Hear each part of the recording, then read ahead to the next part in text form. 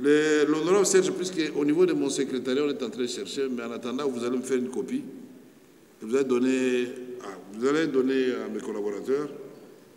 Merci. Moi, je vais parler juste de deux points importants qui concernent la population par rapport à l'exploitation minière, notamment dans ma province, le Haut-Katanga, et la province du Lualaba. Honorable Président, le Code minier reprend des dispositions de la loi qui jouent en faveur des communautés locales impactées par les projets miniers.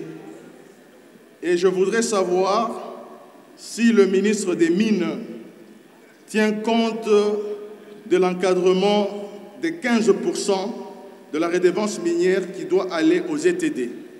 Parce que je vois que les ETD sont très mal gérés et très souvent, c'est les gouverneurs de province qui orientent l'utilisation de ces redevances-là.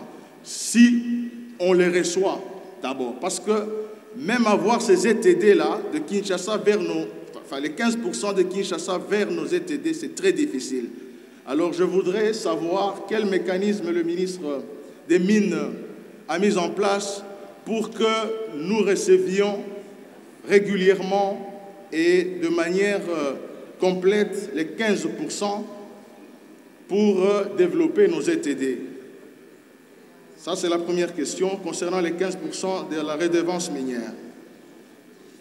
Et il y a aussi la dotation de 0,3% du chiffre d'affaires annuel, le cahier de charges dans le cadre de la responsabilité sociétale des entreprises, en sigle RSE.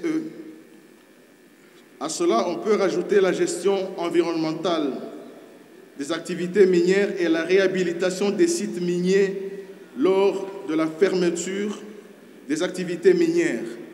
Nous voyons que dans nos villages, après exploitation de nos minerais, nos villages ne bénéficient en rien. Il y a un député qui a parlé des millions de tonnes qui sont exportées aujourd'hui de nos minerais. Les Belges, avec une exploitation semi-industrielle, nous ont construit les villes de Kolwezi, de Lubumbashi, de Likasi, Kipushi, Kambov et j'en passe. Mais les Chinois, aujourd'hui, avec la nouvelle technologie, nous exportent des minerais à échelle très élevée, mais nous laissent nos villages toujours en souffrance et ne nous construisent ni routes, ni infrastructures de santé, ni écoles. Et pour nous donner les 0,3% du chiffre d'affaires, c'est tout un problème.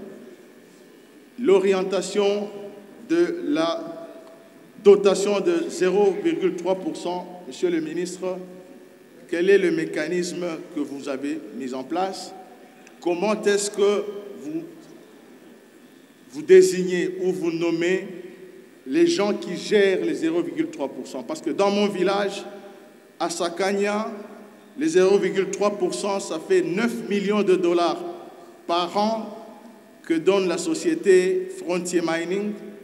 Mais quand vous voyez dans le comité de la dotation, c'est les responsables qui viennent de Kinshasa qui ont le mot à dire. Les personnes qui ne connaissent même pas le souci de la population. Et du coup, on ne sent pas le développement au sein de la population. Mais entre-temps, les minerais sont en train d'être pillés.